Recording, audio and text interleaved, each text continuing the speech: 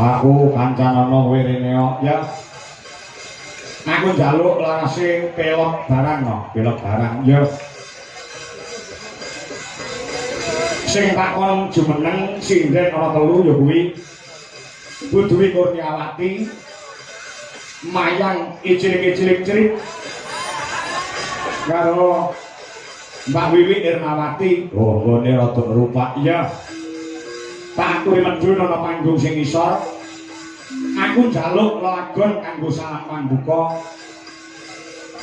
Kelinci ucul judule nganggo gamelan Bali, ya. Mumpung awake dhewe entuk berkah, entuk tinggalan, entuk warisan gamelan Bali saka guruku ya kakangku sing wis kewarga, ya kuwi almarhum Ki Entus Susmono saka Tegal. Ya. Iki gamelane Kang Entus ya. Alhamdulillah aku diwarisi no. Oh ngono ya. Kelinci ucul garap gamelan Bali. Monggo pun aturaken aku tak merono no. Ya. Kelinci ucul yuk garas.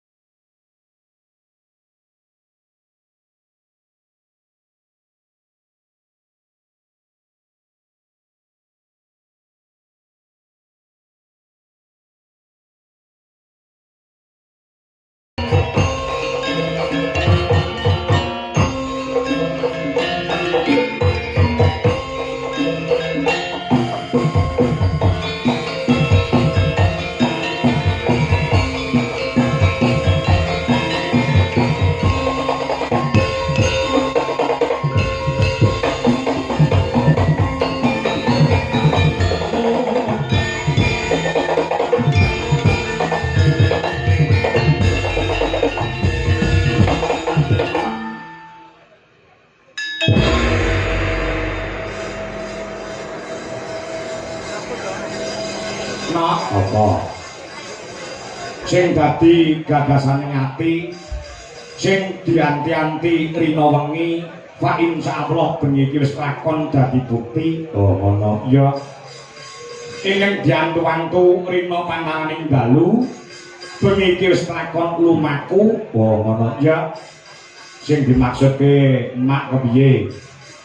Sing dadi gayuhan kang santosa dianing panjenengane Bapak Sugiyanto. Ya. Nek Pak Giyanto piyajine ora pakai apa. Heeh. Anggap diarani Pak RT ayam ngono mah apa. Oh, ngono ya. So Ibu Yayu ing lenggah wonten ing Rancang Mantingan Ngawi. Ya. Awit berkain Gusti ingkang kandha jagat Gusti Kang Maha Suci. Bengi iki wis lumaku kanthi rancang nir ing Sambikala. Ya, Purwa, Madya, Wasana muga-muga lancar pinengen rahayu wilujeng nir ing Sambikala. Adoh saka Buddha rencana. Amin, amin ya rabbal alamin. Pancen ya kaya ngono ya ya. Pancen ya kaya ngono. Oh ya. Dadi bengi iki awake dhewe sowan ana juragan potong ayam. Ya kuwi panjenengane Bapak Sugiyanto saha Ibu Yayu. Heeh. Aku rene iki ya seneng ya susah. Lho, kose. Senenge perkara apa? Senenge dipercaya lawan panjenengane Bapak Sugiyanto saha Ibu Yayu. Ya. Sing lenggah ning Rancang Mantingan Ngawi. Oh ya, heeh. Tanpa dipercaya dening panjenengane Bapak Sugiyanto saha Ibu, tangih awake dhewe bisa ngabiyantara sowan sak bergodo komplit bengi iki ngabiyantara sowan. Oh, mesti nek ora percaya kelawan awake dhewe mesti golek dalan liyane, Nduk. Oh, ngono ya. Nek gandeng panjenengane cita-citane wis suwe nggone kepengin nekakne awake dhewe sak kanca, siji kang den uti supaya awake dhewe bisa ngabiyantara sowan bengi iki. Oh, kuwi seneng-seneng. Kok ditanggap wong kok, Nduk? Oh, ngono ya. Susahe perkara apa? Ora ngerti sadurunge nek panjenengane Pak Sugiyanto ki pengusaha potong ayam sing sukses. Oh, ngono Ora ngerti nek panjenengane kuwi piyayi sugih, piyayi luar biasa, iso nanggap awake dhewe, iso nekakne Niken Salindri sing ragate larang. Oh, jebule panjenengane Pak Giyanto ki nyolong pedhek piyayine prasaja, piyayine biasa, ning duwite akeh. Sing mok gelane perkara apa? Lek ku gawe rega kemurahan.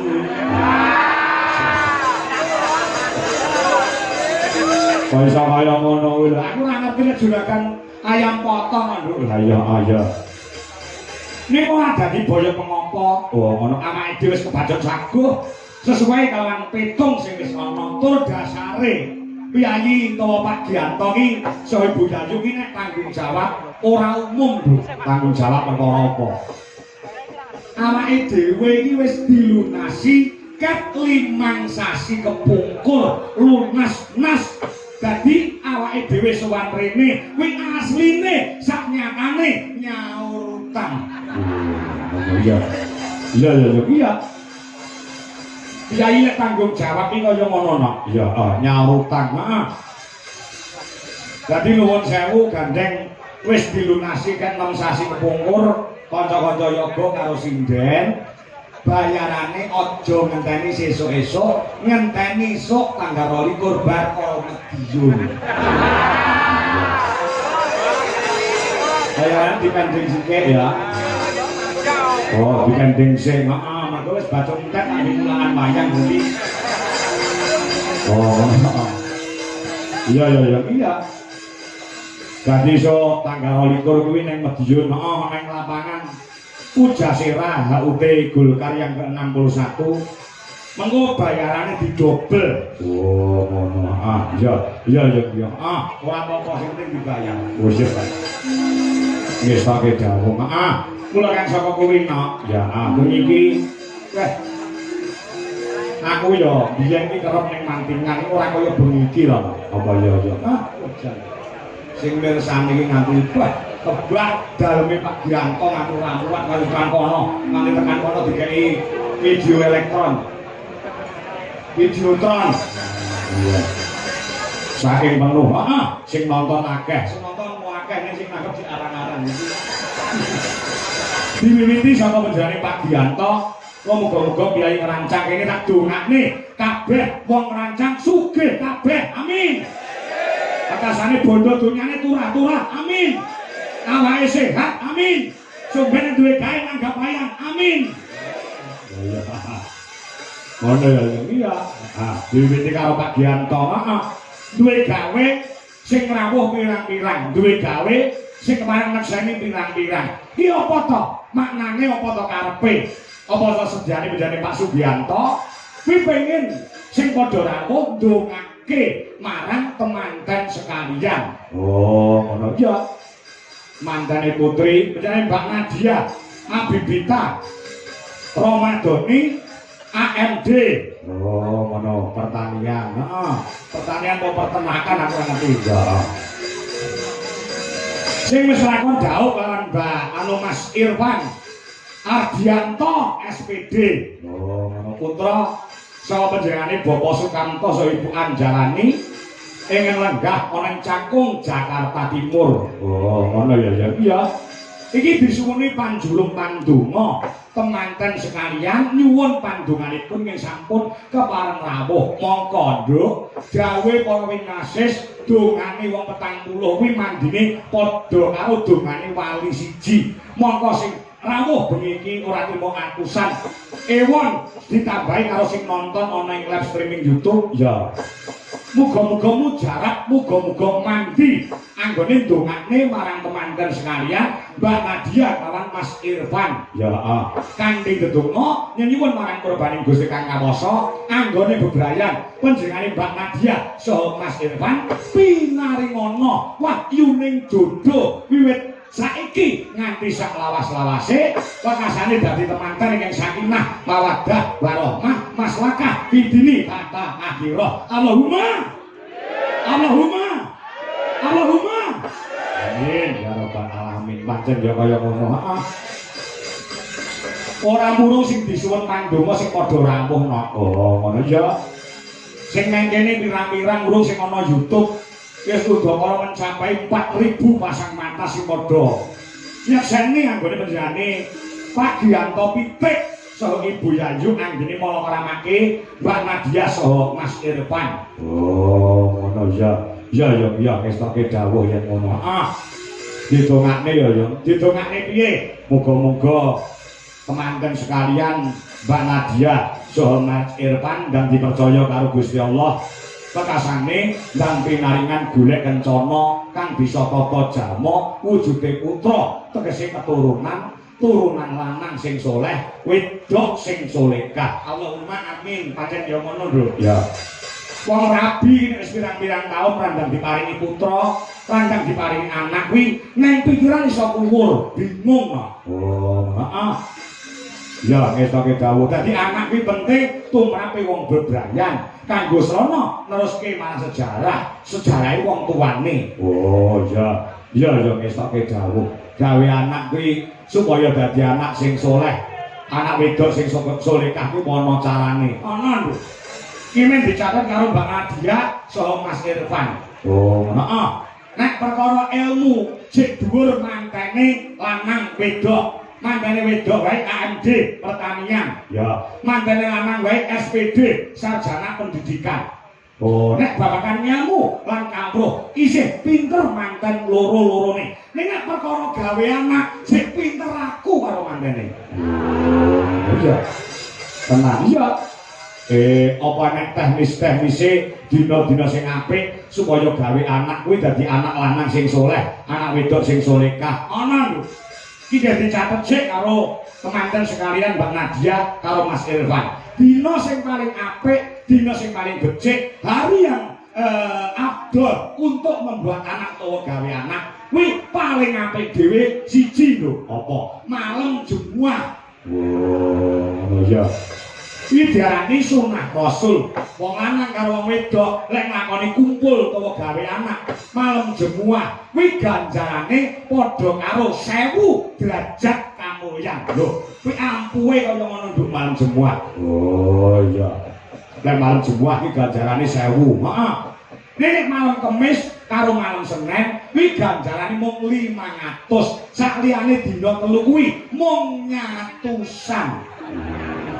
nyatu sono nek kuwi ditindakne ping 10 ya 1000 nek apike agama iki ning Indo. Oh, tapi agama iya. Wong nek wis nikah wis diseseni karo agama lan negara wis penak sik entuk ganjaran. Tur nek ditindakne malam jemuah kuwi padha karo mateni iblis 100.